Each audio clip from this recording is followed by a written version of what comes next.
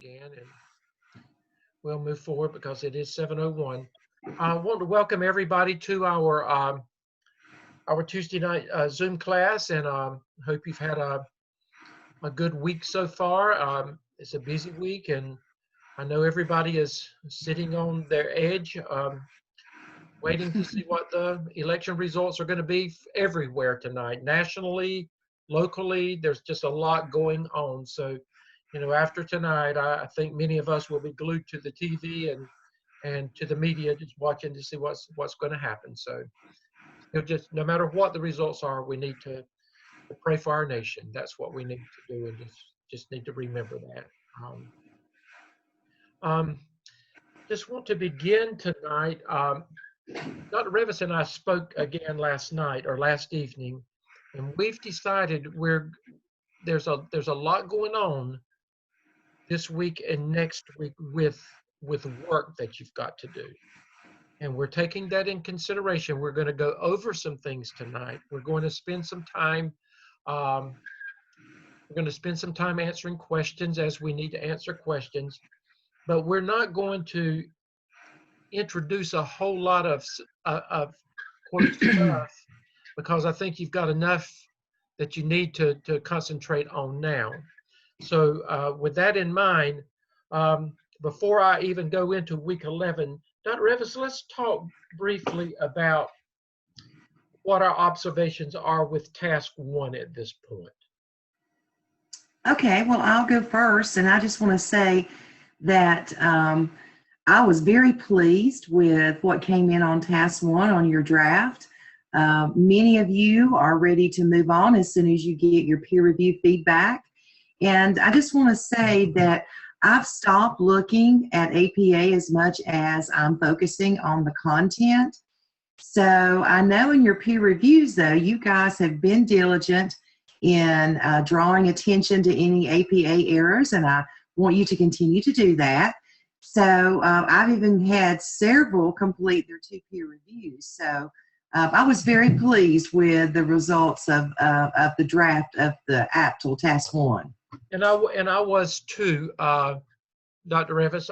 I was too, and I want to say, just as and this is just in conversation with students, when Dr. Revis and I give you feedback, we're going to give you feedback, and if we say move on, we know that you've got good work. Now, based on whoever is evaluating your work, we can't determine every little thing that they're going to look at. We're going to push you as much as we can because we want you to get a 4. But we can't guarantee you a 4. But if we tell you that, move on, we know that your work is at least proficient work. Now, in conversation, how can I do better to make sure that I at least have an opportunity for accomplished work? And let's go back. I think they've got task 1, Dr. Revis. I think they got the literature review down. In fact, some of them went over and beyond and did an annotated bibliography in addition to that, and that was not even a requirement. So I had a few that did that. So you're to be commended for taking that extra step and doing that. That's a big plus. I think the biggest thing that I could remind students as you go to task 2, where you identify your 2 instruments, your walkthrough instrument, and whatever that's going to be, your checklist, and then the survey instrument. Just remember that this section should begin with some type of brief narrative. What is this, leading into what those 2 instruments are. It doesn't have to be a long, but talk about those, because that basically validates what you're doing, showing that they're valid and reliable. Where did you, just just a brief narrative up there. And I was talking to a student earlier, and what I said, now, Dr. Revis, we can look at it and we know what you're talking about. I mean, we know, but will that evaluator know what you're talking about? That could be that one paragraph could make the difference in a 3 or 4. When you do your figures, remember your checklist is a figure, and your survey instrument is going to be there. Those are figures. You must identify those figures. When you put figure 1 or whatever figure it is up there, remember underneath it, you must provide some brief narrative so that when we look at it, or when the person evaluating looks at it, they know what they're looking at. So if you use Marzano's 9 checklist, then you talk about that in a sentence or two under your figure. You talk about that and identify it as that. Don't just put the figure there. I would tell you too that a best practice is that when you submit it, a final submission, I would make mine look professional. Mine would be framed out and everything, Dr. Evans. I'm sorry, that's just how I am, because that makes a big statement when what I'm looking at, that Word document that I'm looking at, is exactly, I can print it off and I can take it and I can go with it. So, those would be my takeaways from looking at the work that I look at. Good work, but I think that for some of you, that's all it's going to take, is to take it to the next level. So, take it to the next level. I would highly recommend that. Any comments, Dr. Evans? Anything else based on what I've just said? No, I think that's good. Don't just put us a figure and leave it to us to guess what it is. Describe it, and if it's the checklist, that walkthrough checklist that your school uses, then tell us that. Right. And, if you do a survey, tell us where you got the survey instrument. Now, if you're using a sticker survey, tell us about it. And don't make us guess, and don't make the evaluator guess. And just and remember, I know it seems redundant, but remember that when you do your appendices, you're just copying work that you've already done, but it's so that you will have all of that when you get ready to put it all together into your final AAPTEL document. So, it seems a little redundant, but this is the process that we have to follow. Let's look at Dr. Stedman, can I ask a question real quick before we move on? Hey, it's Meredith. Yes. I just was wondering, just want to make sure I'm doing it right. So before I go into the 5 topics, starting with building efficacy, I should have both of my survey and my walkthrough before that with the narrative part? Because I'm just concerned about where to put the walkthrough survey. You're talking about in task 2? In task 2, yes. In task 2, okay,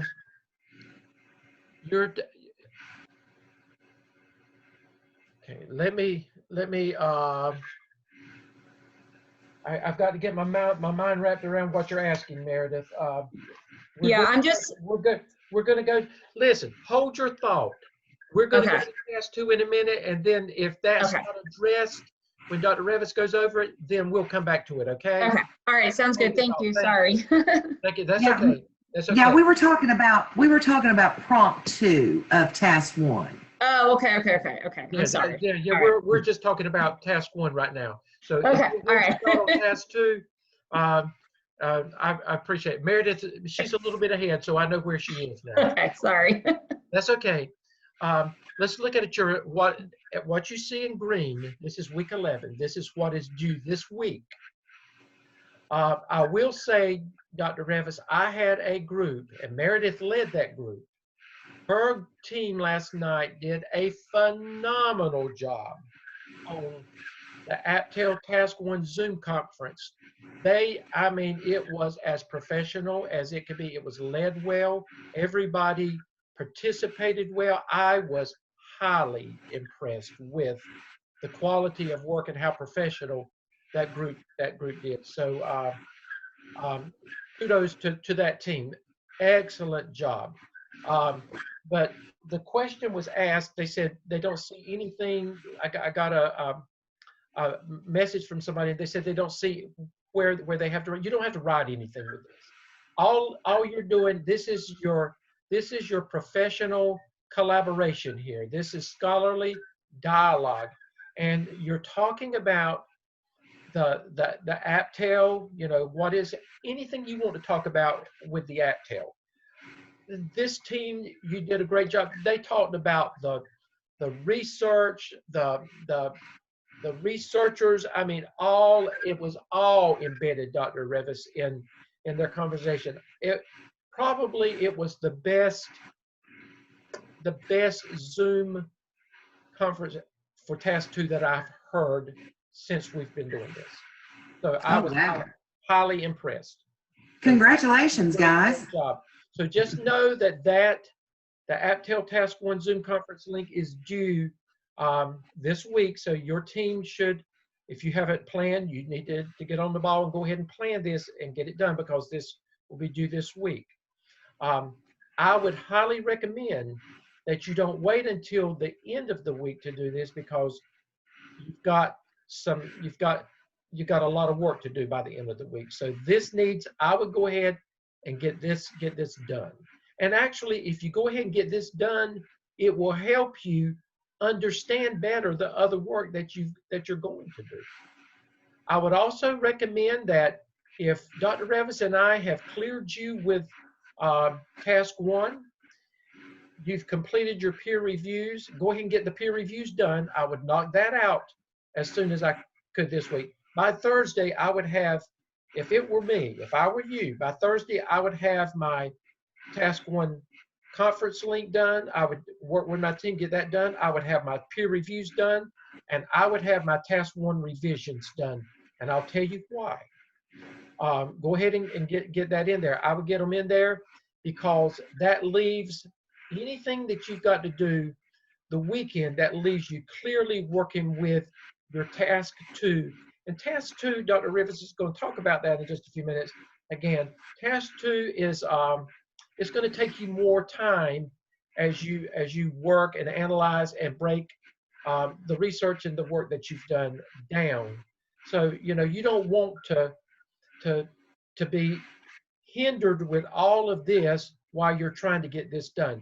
So balance your time and go ahead and get this done as much as possible. If you wait until the weekend to do all of that, have Zoom and this, I promise you, you're going to go into overdrive and you're going to get stressed out. And don't let that happen. If you work now, you got time, so make it happen. We're not coming together on Thursday night as a class, so use your Thursday night. I would suggest use your Thursday night. You're used to coming on board anyway. Use your Thursday night if you haven't done it. Do your Zoom teams during that time. Plan and use your time. Use your time wisely. But you see what is due to Dr. Revis and me by this Sunday night. Don't wait until I wouldn't wait until the last minute. I'd go ahead, get this work done. Several have already, Dr. Revis. I'd get it done and go ahead and submit it and get it over with. And then that leaves you working clearly with your AAPTEL Task 2 draft that is due to us. And that should be, by the weekend, that should be your top priority, because all of this has already been done. Dr. Revis, any comments on that? No, I agree. Pace yourself so that you have some time to do your writing on task 2 as well. Dr. Stedman, may I ask a question real quick before we move on to task 2? Yeah. This is Noelle. In prompt 2 of task 1, I chose to use a walkthrough that we currently already use at our school, and also the North Carolina Teacher Working Survey. With those results, that was like 25 pages long. Should I include all of that, or just take snippets of that teacher working condition? No, you don't. You pull what is applicable to what you pick and choose. Okay. What you think is most important. No, that is way too cumbersome, Noelle. That's what I thought. I was that's way too long. That's not gonna. No. Okay. But, All right. but it's good stuff. You've got some good stuff, Mhm. and hold on to that because you will actually use that in other evidences that you'll use in another semester. So hold on to that information. Okay, great. Thank you so much. I You're welcome. appreciate it. You're welcome. Let's look at next week as well. This is week 11. I want you to look at week 12 as well. Let me pull it on over. Okay. Now, what I want you to look at is, in addition to the other work, I want you to look what's due with your case study number 2. And it follows no differently than you did with case study number 1. You must have a Zoom master. They sent out a Zoom link. You must read the scenario ahead of time. You must answer the questions on your own ahead of time, and then you follow the same format that you did before with case study number 1. Case study number 2 is built to emulate the work that you're doing with the AAPTEL. So go ahead and you know, there's no reason, Dr. Revis and I don't have to pull this stuff up. You know what to do. It's no differently than you did last with the AAPTEL. If you have any questions, you can reach out to us, but there should be no reason. It's clear as mud. You shouldn't have to just follow the same process. Knowing that when you read it, when you answer your questions, and when you come together as a team, remember you're thinking AAPTEL. You're thinking teacher leadership. You're thinking teacher empowerment when you are responding to the questions and when you do your scholarly discussion in your Zoom team. And then the other, you can see the green that speaks for itself. But I just wanted to make sure that you know that you've got your Zoom link this week on the AAPTEL, and then next week, another Zoom link will be your case study number 2. So you need to make sure as a Zoom team that you are planning accordingly. I know you're saying, well, that's a lot. Well, guess what? We're in week 11. Time's running out. So, you know, it is going to be that way. Dr. Revis, any comments on the case study before we move on? Well, just to reiterate and reemphasize what you said, Dr. Stebbin, about using the AAPTEL language. When you discuss the case study, we would like to hear you talk about some of the authors that you probably used in your literature review, and be sure you're using that language of your AAPTEL when you discuss the case study. Okay. And Dr. Revis, I'm going to pull up, do you want me to pull up the example that I had last week, and would that be better to speak from? Actually, do you have your helpful hints? I do. I think I would like to kind of go with that. Okay, let me pull that up. I do, let me find it. There we go. Okay. All right. Okay, task 2, task 1, we're going to task 2. Okay, there we go. All right, so in task 2, guys, you've already, you've administered your survey and you've done your walkthrough, be those face-to-face or virtual. And so what you're doing here in task 2 is you are discussing and talking about the state of your school as seen by your own eyes in the walkthrough or by the survey that you've administered. So once you collect the data, and here again, I like at the beginning for you to talk a little bit about how you collected data. Your survey, what I would like to see is how many teachers took the survey, what was your rate of response, and the same thing for your walkthroughs. Were they virtual? Were they face-to-face? How many teachers were you able to observe? Those kinds of things. So just give a little introduction about how you administered your survey and completed your walkthroughs. And then you're going to start in with your first heading. Remember, this is your gap analysis. What you're doing is your first heading, building efficacy and empowerment among staff. You are going to talk about what came back from your survey and relate that to the research. You're going to identify the gap between what the literature says should be happening and what you found is actually happening. Now, quite honestly, to answer these 5 headings, you're going to gain most of the information in your gap analysis from your survey, from your teacher empowerment and leadership survey that you've used.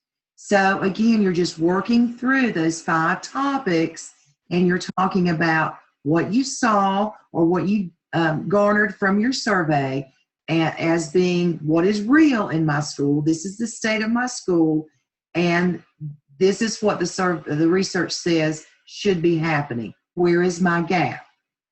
And for example, you may find out that your teachers feel like they don't have a voice in professional development, when the research clearly says that teachers should have a voice in their professional development. Or you may find out that your teachers report on the survey that they believe that that you don't have a strong mentoring program for new teachers.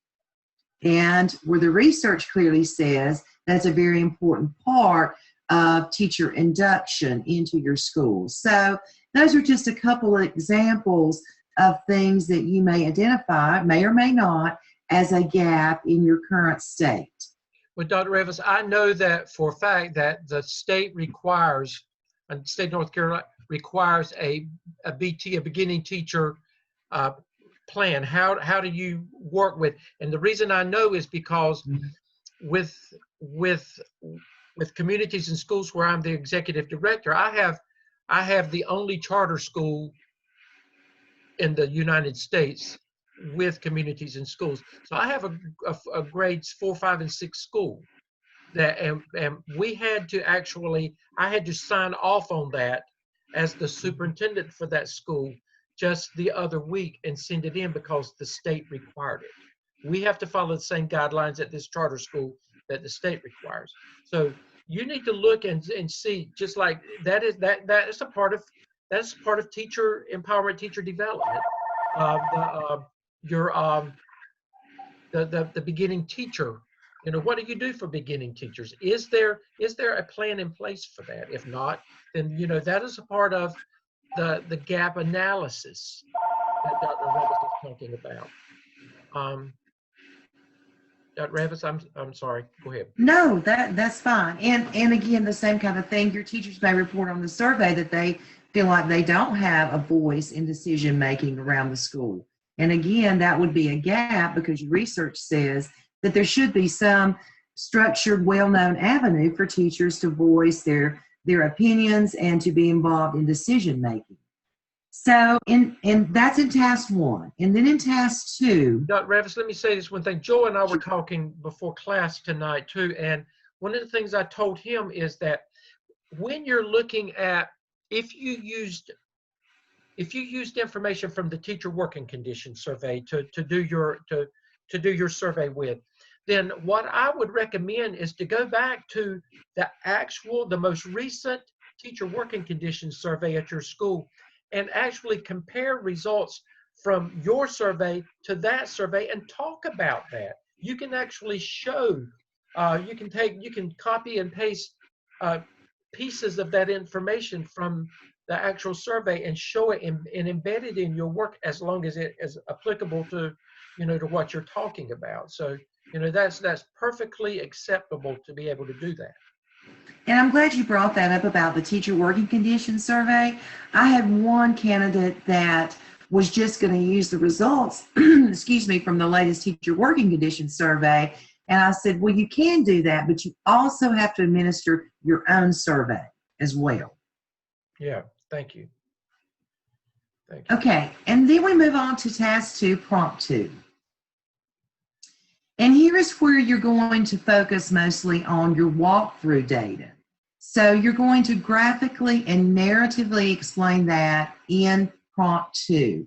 And this is where that you may have had a conversation, hopefully, with your school administrators to see what they have garnered in their walkthroughs. See if that walkthrough data compares or has some similarities to what you collected. And so, you know, you will also want to graphically represent that. Now, you want to do that in a summary, of course.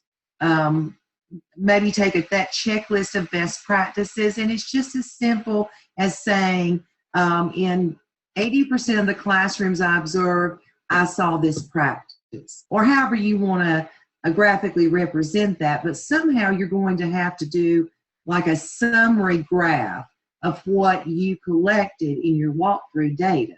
And you can talk about that compared to what your principal or administrators have seen in their walkthroughs. So data is graphically represented in prompt 2, and you show the results of the survey, the summary results, and you provide the narrative work and the graphic work and your personal walkthrough experiences. Talk about that as well. Did I forget anything there? Okay. Dr. Avis? Okay. Yes. I'm so sorry. Can you go back to task 1 for me, please? I know last week you mentioned something about the gap analysis that we, I think we're to write a little bit of narrative about the gap analysis and the assessment needs. Can you just give me a little bit more explanation about that again? Okay. So the 5 topics that you are showing here, the 5 headings, Yes. and that's where you're doing your gap analysis. So, for example, building efficacy and empowerment. You're going to talk about the research says this, my survey results say this. Within each heading, you're weaving in what the research says, what my data says, and here's my gap. Okay. I think the last time we saw, a table, I think, or a graph too. So are we expected to do that if we wanted? That's just an option to fill that out too. Okay. I think you're going into task 3. So I'm going to show you that in a minute. I think that's what you're talking about. Okay. Okay. So that's 3. Just hold on. I think I'm going to talk about that in just a minute. I think that's what you're talking about, Tamara. Yes. All right. Thank you. You're welcome. Now, Meredith, did that answer your question? I mean, I guess, can I just still just make sure? Sure. So the walkthrough, when we actually do the data that we found, aren't we expressing that narratively a little bit in the beginning of prompt 1, or is it just prompt 2? No, you can, and listen, what we show you is a guide. What you actually do can, as long as you don't deter, you know, in a lot of different directions, everybody's going to approach how they show this somewhat differently. We're just giving you a guide to follow. So what you're talking about is absolutely acceptable. Okay. That And answers it. sometimes you will find yourself, you'll say, well, I've already said that, but you might need to say it again because of what you're working. And that's okay to be repetitive, you know, when it applies to whatever you're looking at. That's perfectly okay. Okay. All right. Thank you. That does answer it. Thank you so much. Okay, good. Okay. Before we move on, any questions of task 2 at this point? Okay. So, Doctor, okay, I'm sorry. Hey, Dr. Stan, Shanice. quick question. Okay, so you did answer my second one that I put in this group chat. But so when we do the survey, is there like a number of teachers that I need to try and get the best results, or Shalice, I know we're dealing with difficult times now. Try to get as many as you can, but now you can't beat the dead horse any deader than you can beat him sometimes. So, you know, after you've done all you can do, take what you've got and work with it. Now, I would say that, how many teachers would you have at your school? about maybe about 45, 50. 45, 50. Okay. Are you looking at least 20 to 25 results Mhm. back? Yes. You can get more than that, that's good. But if you can get at least 20 or 25, then you've got a good representation of what the school looks like. Okay. Would Dr. Revis, wouldn't you say that would be okay? Yes, I would. Again, I wouldn't beat them to death about it. If your principal will allow you, I would shoot the survey to everybody. Yeah. And if you get 50% back, that's good enough for what we're doing here.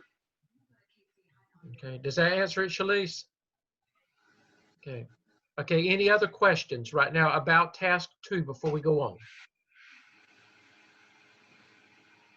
And the reason I'm going to go back into task 3, some of you are at that place where you'll go ahead and get started on task 3 this week if you're not already on task 3.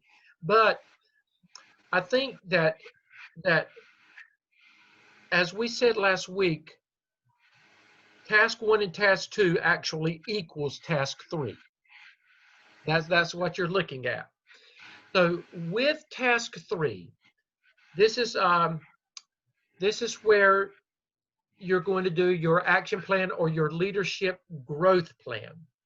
Now, this is just information right here. The growth plan, once you get all this done, there are requirements for it. You have to present it to your school administration and or to your school improvement team at the principal's discretion. That as long as you present it to your principal, we're okay. The presentation must include, but is not limited to, the following. You're going to report on best practices. Now, where did you do best practices? That was back in task 1, wasn't it, when you did the literature review? So you're referring back to task 1 when we talk about you're reporting back. When you talk to your principal, when you present to your principal, you're going to actually scholarly talk to your principal. This is what the research says. Okay?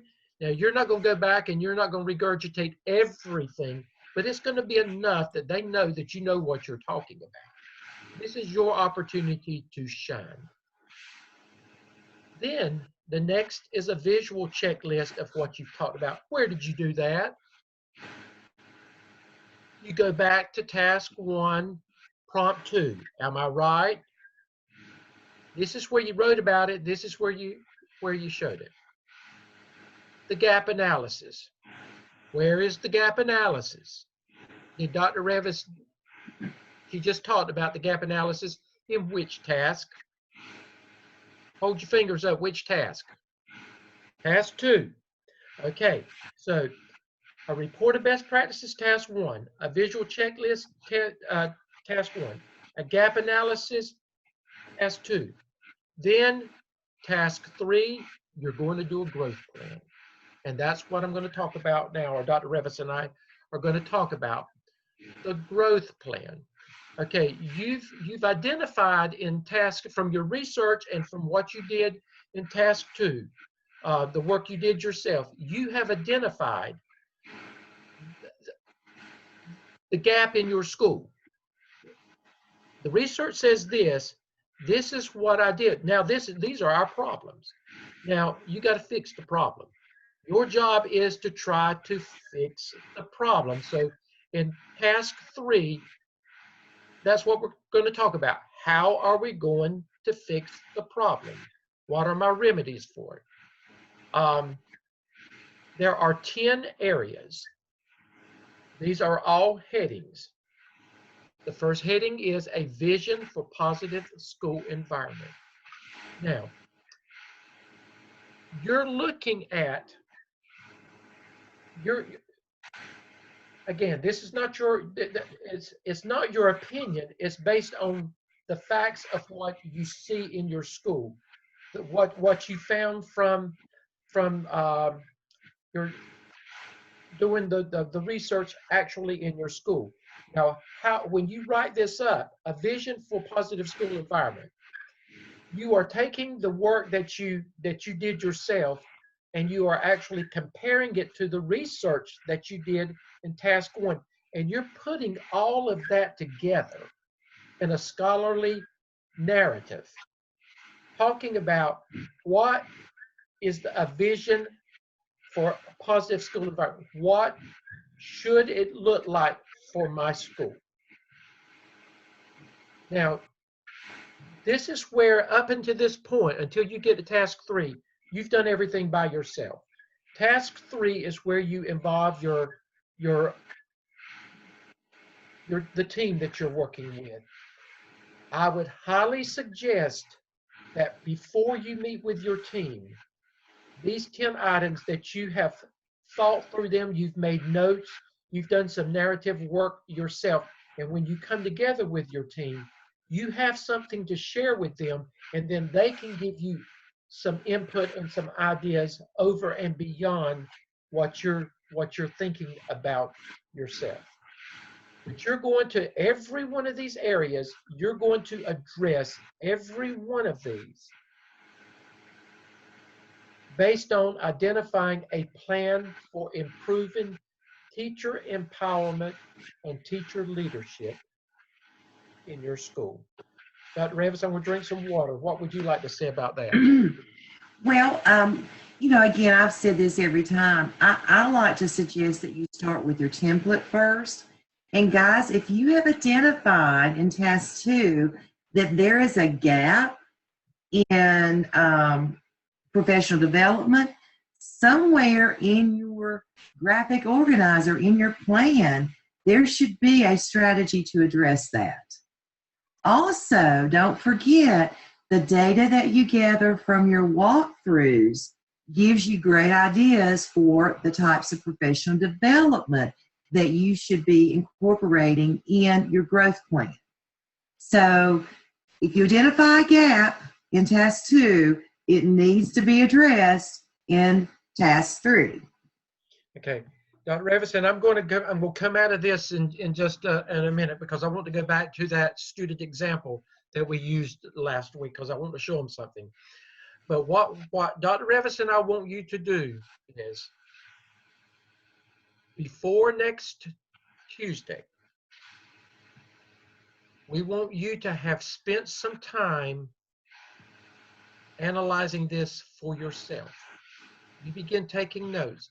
And what we're going to do next Tuesday, Dr. Revis, is it's going to be mainly a question and answer time based on what their needs are with what, for task 3 at that point. We're going to camp out, and we're just going to help you to make sure that you can have the best plan possible. But you need to make sure that you have read it, take notes. Just say, I don't quite understand this. But you can communicate with us ahead of time.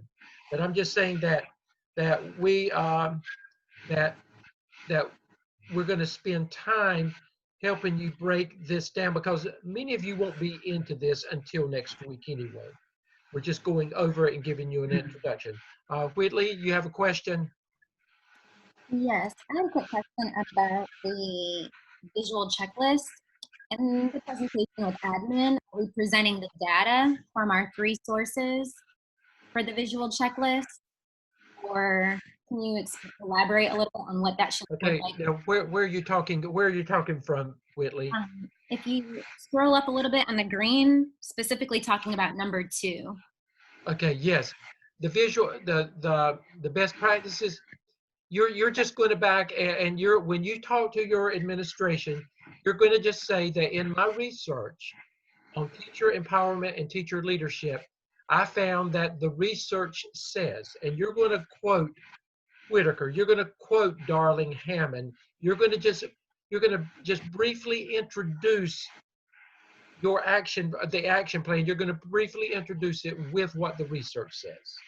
And that's the research that you've already done. Got it. Number 1 is good. For number 2, the visual checklist. Oh, the checklist. Okay. Yeah.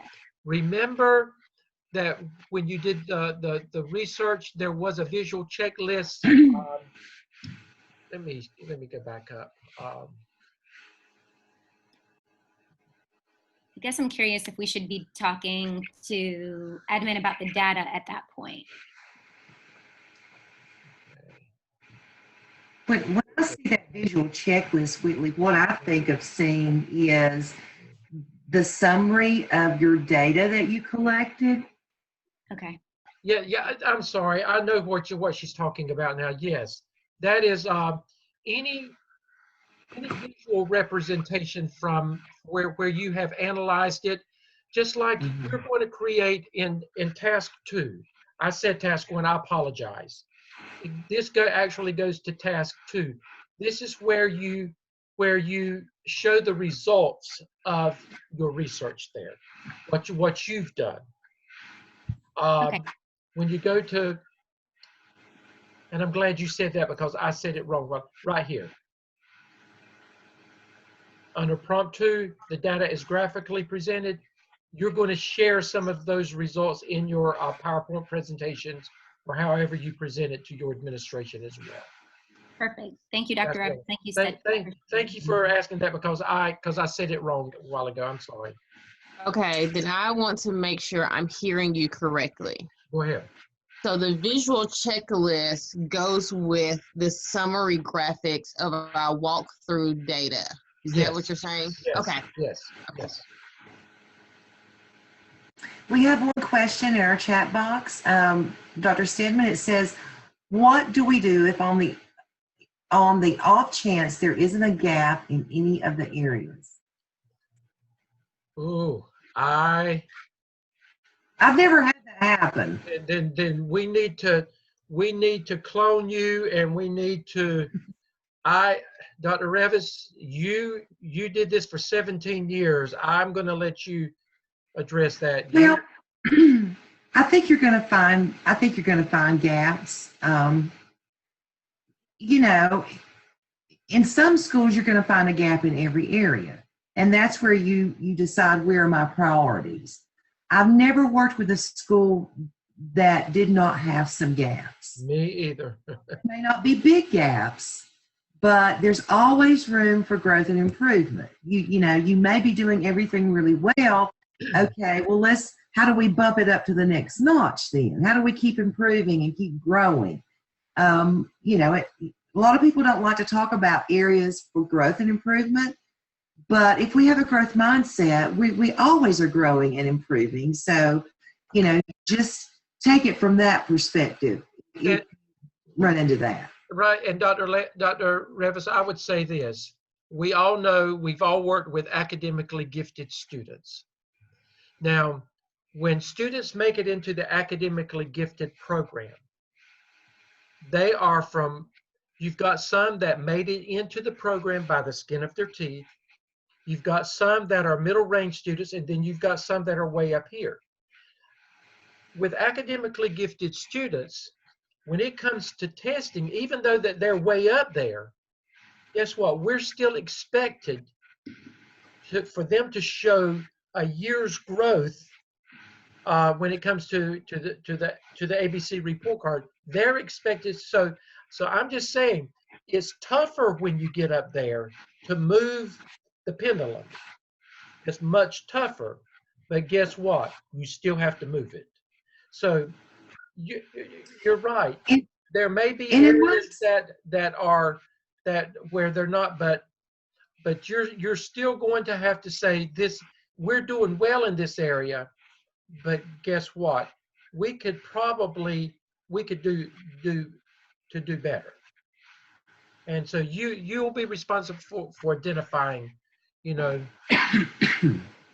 In my experience, some of the schools that have been the most difficult for me to work with were high-performing schools. Exactly.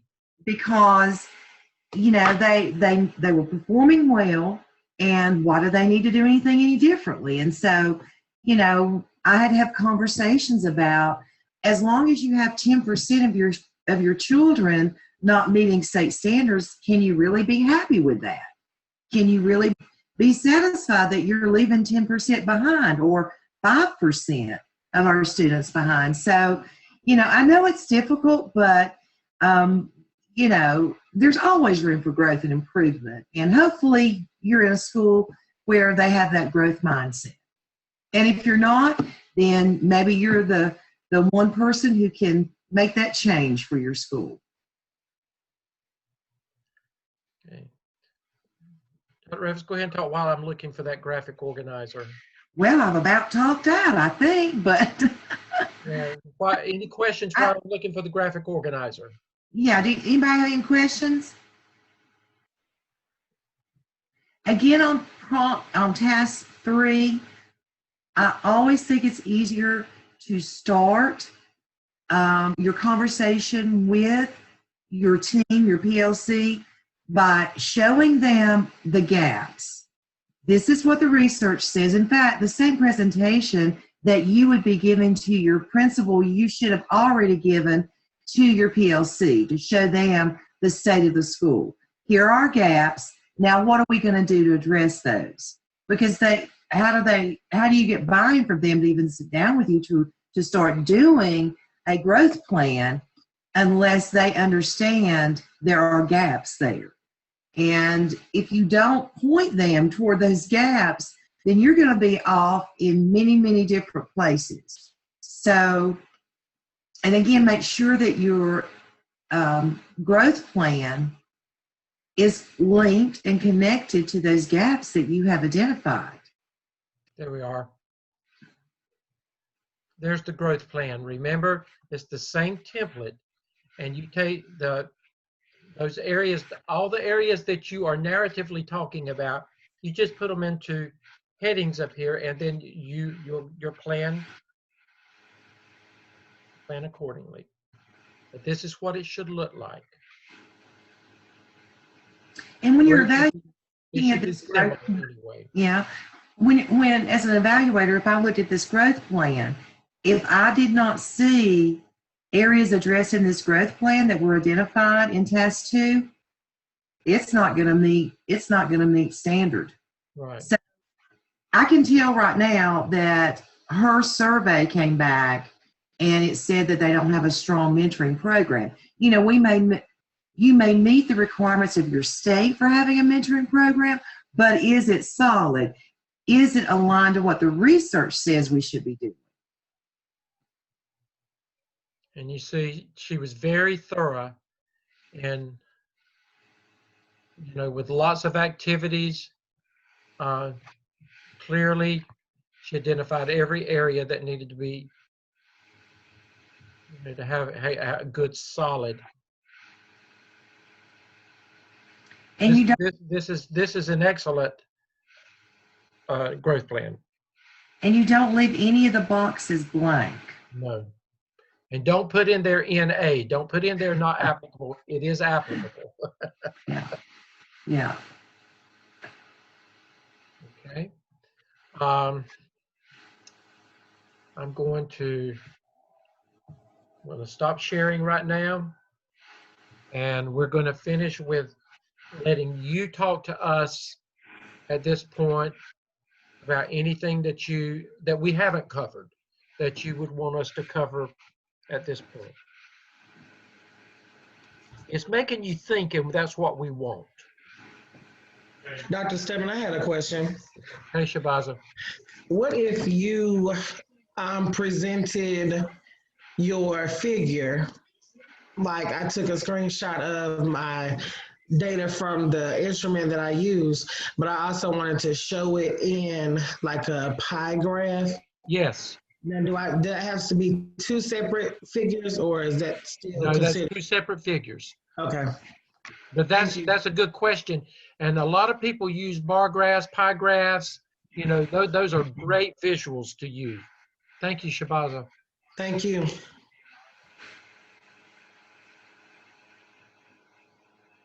Okay, other questions? They're thinking, Dr. Revis, I can see it.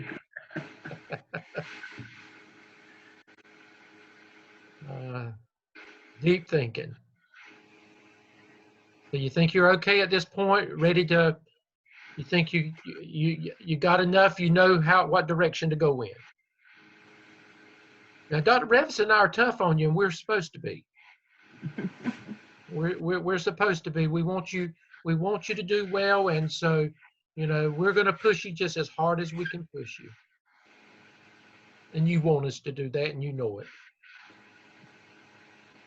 So Another suggestion before we close out this evening.